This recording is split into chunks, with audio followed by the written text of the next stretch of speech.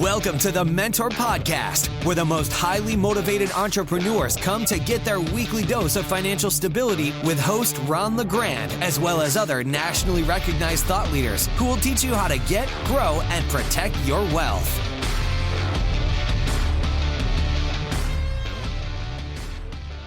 Hello, everyone. Welcome to the mentorpodcast.com. I have with me Mr. Jason Hartman today. And I've asked him to tell me exactly what's going to happen to us in the future going forward. and if it doesn't work out the way he plans, then the way he says it's going to, then he owes me $10,000 for the bet that I made him. All right? Jason, you don't remember all that? I'm going to try and forget all that. All right. Okay. Well, Jason is kind of our in-house economist, even though he's not in-house. I think you're going to enjoy the presentation when he shows you things that nobody else will show you, and frankly, in any business, including real estate business. So Jason is down in Colombia today. Jason, so glad to have you. Just tell him a little bit about your background, and I do want you to answer that question. And Sure, absolutely, Ron. Ron, it's great to be with you. It's always great to be with such a legend, such an original real estate investor and educator. It's just great to be with you. Jason, always. That's what I told my wife, but I don't get a positive response back about that. Hey, listen, you know the rule. Your family will never respect you the way strangers do. That's true. That's true. All right. They know you too well. So, Ron, my company is called Empowered Investor. We help investors buy turnkey properties nationwide, and we've been doing that for the last 21 years through a few different companies that I've owned. And one of the things we do is a lot of research. We're constantly researching the general economy, the real estate market, and then different specific markets around the country that we're recommending for our investors. And this year, I have to say, in my 21 years of doing this, this is the most difficult year ever to make a prediction on anything, because there are so many wild cards. Yeah. We would be totally remiss if we didn't talk about the new Trump administration. Yeah. Trump 2.0, I think is, and I'm gonna get a few haters here, but I think he's awesome. I think he's making very good decisions on the vast majority of things. I don't agree with everything he does, but most things I think he's doing pretty well. I think he's grown up a lot. He's matured. He's now a politician, and he understands things much better than he did in his first term. And he had 4 years off because of the rigged election. Maybe I shouldn't say that because we'll get censored. And he had 4 years to kind of map out his strategy and really do things much more effectively. So I like what he's doing. But as far as the real estate market, it is incredibly hard to predict. And here's why.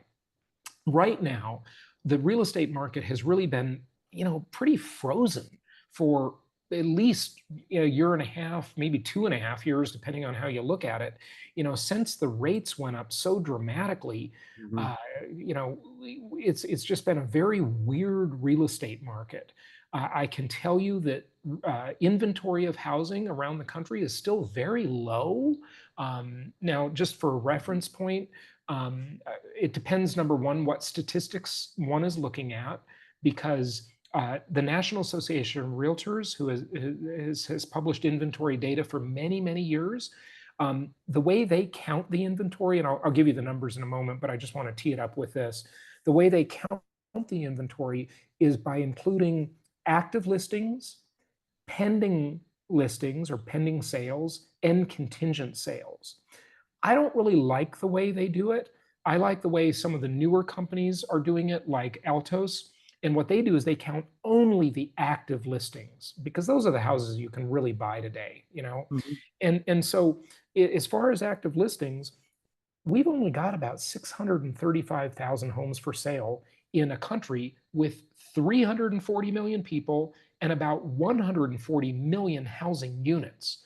So less than 0.5% of the inventory is for sale right now. So inventory is extremely low. Now, that's largely due to what they call the lock-in effect that I'm sure you've talked about before. And that is all these people with incredibly cheap mortgages that they just don't want to give up. When Mhm. someone has a 2.5, 3%, 3.5, 4%, 4.5% mortgage, it's so much cheaper than the new mortgage they could get today that they look at that mortgage as an asset. And so they don't want to give up that mortgage. And that's why inventory is very low. But at the same time, demand is also very low. The Federal Reserve, with their interest rate hikes, has destroyed demand. So that's how we arrived at this kind of frozen market, right? Where there are some buyers buying, but not as many as there should be. In terms of sales volume, it would be nice to see sales volume around 6 million units per year, but we're only at about 4 million units per year. So that's why all the Uh, realtors, the mortgage people, the title people, they're all crying and singing the blues and complaining about how terrible business is, rightfully Reminds so. me of post 2008, post September.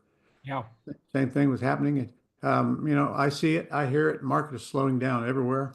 It's yeah, not dumping down, but it's not slowing down. And so that's really one of the big questions is what's going to happen to the real estate market? Because great, they are not going down yet, but now Trump is laying off hundreds of thousands of people around the country. That has got to the real estate market and put more sellers in a problem that us investors have to help them solve.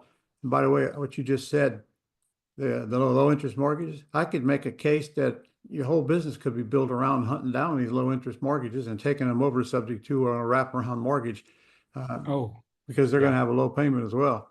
I'm getting a yeah, lot of people. Just in the last couple of weeks, Jason, I've had several people come to us that beg us to take their house, beg us to hmm, take it.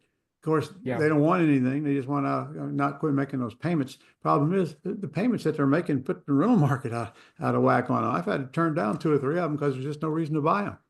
yeah, So, and I don't know when the rates are going to come back. In fact, I don't know if they're ever going to come back. They probably will. But on that note, I can tell you, I started in 1982, and if you were back then, you wouldn't worry about the rates today. I swear, I remember yeah, sitting in a cafe one time with a friend of mine, and I made a statement. I wonder if we're ever going to get down to 10% interest again. And that was in the early yeah, 80s. So people that right. have not been Hey, around this stuff, I mean, I've been since around 82, I've been through some multiple cycles. And then, yeah, by the way, the interest rates today are half of what they were in the early 80s.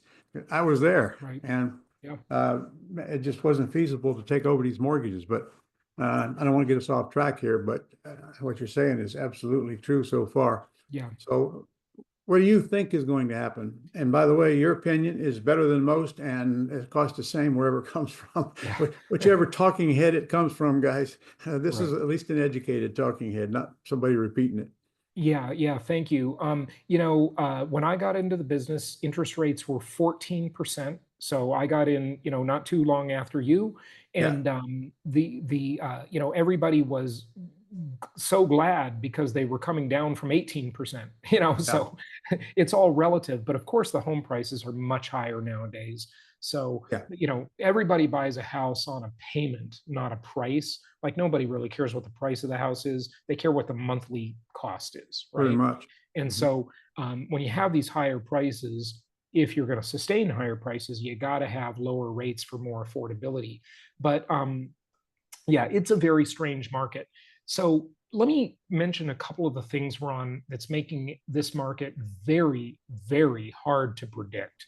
And I will give my prediction, by the way, so we'll get to that. But just a couple of things. So, of course, we've got the wild card of the interest rates. Trump doesn't control the interest rates. Even the Federal Reserve and Jerome Powell don't Mhm. control them directly. The Fed has totally screwed up during the COVID era. They should have raised rates much more gradually and much sooner. But Jerome Powell kept repeating, long after it wasn't true, this kind of transitory inflation and supply chain problem that was causing the problem. And when that problem went away, he still kept thinking the same thing for maybe 8 more months. And he should have raised rates then just gradually. And it would have been a nice soft landing. But we have what we have. And Yeah. so the wild cards now, I mean, the tariffs, right? Everybody who's a real estate investor, I think, should look at the cost of housing determined by its component parts. I like to say that I don't even really like real estate that much. What I like investing in is commodities. And if you look at a house, it's really just a package of commodities or an assembly of commodities. Yeah. And so, you've got copper wire, you've got concrete, you've got lumber, you've got glass and steel and petroleum products and energy cost and labor cost and much more. So, a lot of these, especially the smaller parts of houses, are made in foreign countries, and a lot Mm-hmm. of them in China. And Mm-hmm. we obviously have a trade war going on, and if you slap a tariff on these countries, that's going to make the cost of housing go up dramatically, because just a lot of those component parts will get more expensive for builders. So that's a good thing if you own the properties, right? But if you're trying to buy a property, it's not so good, right? Because it makes the price go up. Yeah. The other big wild card is the labor issue. Okay. And by the way, I want to say that I think we do need some tariffs. I actually agree with Trump on this Me too. because, yeah, good. I'm glad you agree with it because, like, just take it back to the Bible, right? There's this old biblical concept a lot of people are familiar with called equally yoked. And the trading partners, just like partners in a marriage, need to be equally yoked, right? They need to have the same circumstances to create a level playing field. And China doesn't have the regulations we have, so our manufacturers can't compete with them, right? It's just not fair. So I do agree with some degree of tariffs. I think it makes the playing field more level, and I think overall it's going to be good for the country. But in the short term, it's not going to be without some pain to make the Gonna adjustment. hurt. Gonna Yeah, hurt all those people losing their jobs. yeah, In yeah. fact, No, but I heard the IRS is laying off 6,000 today. well, that is wonderful. Yeah, yeah. They need to I'm lay all them in all favor off, of that. don't they?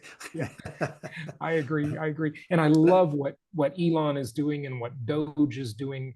We're finally seeing all of this corruption and all of these people in our government that have just on the take for decades. It's Yeah, awful what they've done. yeah. And but Hard to believe it's so big too. it's just, look, when the government gets bigger, the corruption gets bigger. It grows evenly, right? We're always going to have corruption. But if we have a smaller government, we're going to have smaller amounts of corruption. If we have a bigger government, we're going to have bigger amounts of corruption. So, I remember back in the 80s, early 80s, so many lenders were hunting for deals. I mean, if you could fog up a mirror, they give you the money. mhm, And the whole industry started helping people fill out applications and lying to them when they go to the bank and get a debt. That became industry standard. Really, right, it did. And then, of course, then it started declining and it went back to normal. I don't know what normal is anymore. Uh, right. but it's the same point. I don't think a lot of these politicians even knew what they were doing. They were just following orders. Oh, no. But the trouble is, now what's going to happen? I don't know how many houses are going into the market. I guess a smaller number. I don't know. It might be a larger number than we expect. But I do know that somewhere these houses have got to go. Somehow these mortgages have got to be paid. And now, especially when you have both husband and wife lose their job, boy, that puts a hardship on any family. So back to your point, I agree with what Trump is doing it as well, but maybe he needs to slow down and let it catch up a little bit Right. before he drives the country into an economic downfall. Right. And you're right. Any change, any significant change needs to be done incrementally and slowly. Otherwise, it's just going to be too painful. The problem is, he only has 4 years and he wants Yeah. to see the result before he leaves office, obviously, right? That's what everybody wants is to have things good in their short term and leave a legacy. So we'll see what happens. But the other big wild card is the deportations. Now, look, Mhm. countries have borders and countries have a right to have borders and they should have borders and they should control their border. I mean, every country on earth controls their border much better than we have been, right? It's just ridiculous. And so, if you deport, millions of people, a lot of these people work in construction. These immigrants, they're cheap labor to do construction, and even after the home's built, construction, they're doing your landscaping, they're doing all of this stuff. So the cost of that labor is going to increase. All of these factors put upward pressure on prices. And going back, Ron, to our talk a moment ago about sales activity, a lot of people have been very confused when they're trying to understand the market the past few years. They talk about how sales are down, but there's a big difference between sales and prices. Okay, prices are still going up, and there's this kind of faulty human belief that a lot of us have that just because housing was more affordable, that it has to revert to that. That's just not true. Okay. I mean, housing is not as affordable as it was in the 50s or the 60s or the 70s or the 80s, like it just never has to go back. Okay. The only way housing will get more affordable is to massively increase supply or massively reduce demand. And that means, maybe you give people a shot in the arm and they're going to die early, right? And that'll reduce demand.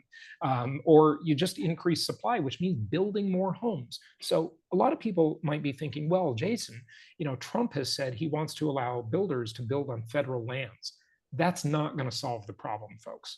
Even if Trump gave that, and I say Trump, but the government in general, right? If they gave that land away at super cheap prices, it wouldn't solve the entry-level housing problem.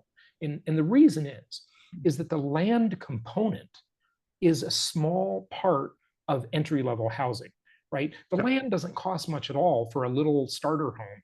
It's the cost of construction. It's the materials that cost. Exactly. I can guarantee you that's happened with me. It doesn't. You're right. It doesn't really matter what the land costs, because the dollars per square foot it costs to build that entry-level house. Now you're up there to just about what it's worth. So doing all that working for nothing, and you can't cheat the math. So the interest rates coming down might beef up the production and the sales, but where's that number at? How far they got to come down, and is it even true? Well, I don't know. So what look, do you think we're getting into in the near future? I mean, prices are already going up, and they've been going up, even though we just experienced the most significant abrupt increase in interest rates in history. It never happened. Never happened that fast before, right? And even with that, housing is in such short supply that prices have still been going up, up, up, up, up every year, right? All along since those interest rate increases. So, I mean, look, if I had to make a prediction for this year, which is a tough year to make a prediction, let me tell you, if rates stay high like they are now, if they stay in the neighborhood they are now, I think we will see about 4% appreciation this year. But I just got to tell you that for the last 21 years that I've been making predictions, I've been really quite accurate, and I've got a great track record on predictions. And this year, that crystal ball is foggier than it's ever been in 21 years for me. I'm even going to say I could be wrong. Okay. I don't know. No, don't say that, Jason. Crap. No way you could be wrong. It's just too hard to tell. But I'll tell you something. If interest rates come down, prices are going to go way up. That appreciation will turn into 8, 9, 10% because the housing supply is still very short. And Ron, during the Great Recession of 2008, we heard in the news media, a lot of people were using this phrase. They called it shadow inventory. And what that meant is all of these banks that were about to foreclose on properties or had already foreclosed on properties, but didn't release them onto the market. And the government wanted them to dole those properties out very slowly so that wouldn't crash the market even more than it did. And what we have now is the complete opposite. We have a problem with shadow demand. A lot of these young people are living at home with their parents. Both the millennials and the Gen Zers, the younger people than millennials, are what's called the boomerang generation. They go off to college and they come back and live with the parents. Those people are eventually going to grow up and form households, and they're going to need a house. and there's just not enough supply. Yeah. So you're telling me is you really don't have a prediction of what's going to happen in the. I'm going with, if rates stay high, my prediction is 4% appreciation. If rates go down more than that, we're going to see more appreciation depending on how much rates go I down. just heard yesterday that the Board of Realtors said that prices increased 5% Yeah. last year, Yep. which is way more than they did a couple of years prior to that. Yeah. And as a real estate owner, I'm sure glad we had that appreciation. But yeah, and let me tell you, if prices only, right, we're so spoiled thinking that appreciation is going to skyrocket. If prices only appreciate by 4 or 5%, if you put 20% down on that property, you've got a multiplier through that leverage that makes that return on investment 16-20%. So that's phenomenal. I mean, 4% appreciation, everybody should be clapping and super happy about that, because that's still very solid appreciation. yeah, it's not 26%, okay, like we used yeah, to have, that's which about was, where it should be, yeah, somewhere right. 4, 5, 6%. Yeah, All right. normal. What have I not asked you that I should have? I think maybe just digging into this labor shortage issue is important. In my newsletter, and by the way, anybody can subscribe to my free newsletter. Just go to jasonhartman.com, fill out any web form, and you'll be on Say the that list. again. jasonhartman.com, just my name, jasonhartman.com. All right. And we just published a few articles about the labor shortage with construction. This was already, it has been an ongoing huge problem for several years now. And on my podcast and YouTube channel, I interviewed the head of the National Association of Home Builders. And he talked about it, and he enlightened me to something that just blew my mind, Ron. The average construction worker now is almost 50 years old. Really? And this is like an aging population. I mean, look at Yeah. your millennial kids and grandkids that are Gen Zers or whatever. They're not going into construction. Nobody gets a job in construction anymore, right? And Yeah. that labor shortage is going to make the wages skyrocket. And that is an input to the cost of housing. It's going to make the cost go way up. Well, and then you deport a couple million people that are illegals and they're working construction, and it gets dramatically worse. Well, I don't really think he's going to deport all the folks, just the criminals. I don't know what he's going to do, but that's a tough choice on his part. But we definitely need that labor. Yeah. He's deporting, certainly deporting some of them, whether it's 1 million or 14 million. I don't know, but some of them are definitely leaving, and that's going to leave a hole in the labor market for sure. Yeah.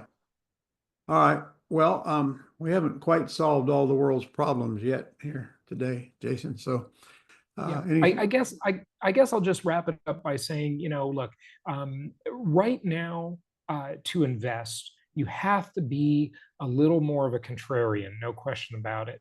But there is no asset as good as income property. Rental housing is the most historically proven asset class in the entire world. It is the most tax-favored asset class in America. There is a huge shortage of it. We should have double the inventory we currently have to be only at normal, not to be in a bad market or a down market or a buyer's market. We need double the inventory. So the shortage is going to persist for a very long time. Other things are really fast. Housing, it's not that way. It's a low-tech item. Right? It still takes simple ingredients, and that's not changing anytime soon. Yeah. So what do you recommend in the way of changing the way people live right now? I always tell everybody, get out of personally guaranteed debt completely as fast as you can. You can get all the non-recourse debt you want, which is the only thing I'm going to do. But anything you can do to create income, especially income that keeps repeating itself, residual income, that's what houses do if you don't just quick flip them. But even you retailers out there, you got to keep in mind, we don't know what we're getting into, and that house could be worth a lot less when you get through with it than you think it is today. I see that happen in a lot of places as well. be careful what you pay for these properties if you intend to buy them and rehab. Make sure there's a lot of room in there for the economy. And you don't personally guarantee any debt. And if you've ever been trained by me, you get your money from private lenders, and there's no application and there's no points and there's any of that. So I would just say to everybody, buy more real estate. It's going to change. Rents, there's definite upward pressure on rents. Rents are going up. Okay. Like, don't look at the little micro moves in the market. Look at the big picture. There's a massive housing shortage. There's massive demand, and prices have a lot of upward pressure, and so do rents. Exactly when you will see that pressure materialize, I don't know, but it's there and it's coming, and you're going to make some great investments. So don't wait to buy real estate and wait. And there's a lot more on my YouTube channel and my podcast as well. Exactly right. By the way, if you're watching this, you don't know me yet, I'm at ronlegrand.com, and also all over YouTube. I must have 200 or 300 videos on YouTube. Not hard to find either one of us, actually. And I often tell everybody, Jason, number one, there's never been a year I couldn't buy houses. No matter what's going on outside, people always need a place to live. Even when the rates were 18%, still buying houses. It's cheaper houses, granted. And that's where the seller financing industry was born, and the realtors were dropping like flies. But it's all cyclical, all cyclical. I've been through about 6 of these downturns, 08 being the worst. But last year we're trying to catch up with 08, I think. But I didn't have a very good year last year. But we're turning on the juice, and we're going to fix that real quick as well. So real estate, can't do no harm in real estate, even if you pay too much. If you don't personally guarantee debt, that's the biggest mistake you can make. If you pay too much, that'll catch up. Give it a little bit of time. And all you have to do is wait a little while, let the market catch up with you. It's such a foolproof asset class. It's wonderful. Yeah, and you don't care what the house is worth if you're not trying to sell it. That's the truth. Right. All right. Well, I appreciate your time, Jason. I'm going to let you go and enjoy Colombia. So why do you live in Colombia? My pleasure. No, I don't live here. I'm just traveling. So I'm Ron, my next step, I'm going down to Chile, and I'm going to Easter Island. The most remote place on earth. Really? Yeah. All right. Give me a report on that one when I see you. All right. I sure will. I'm going to show you some great pictures. Great. Guys, if you have questions for Jason, you can forward them to us. You can forward them to ask@ronlegrand.com, and I'll transfer them to him, and we'll get your questions answered. Thanks for staying with us this time. I enjoyed talking to you. I learn a lot every time I do. Thank you, Ron. Happy investing to everybody. Thank you, sir. See you soon.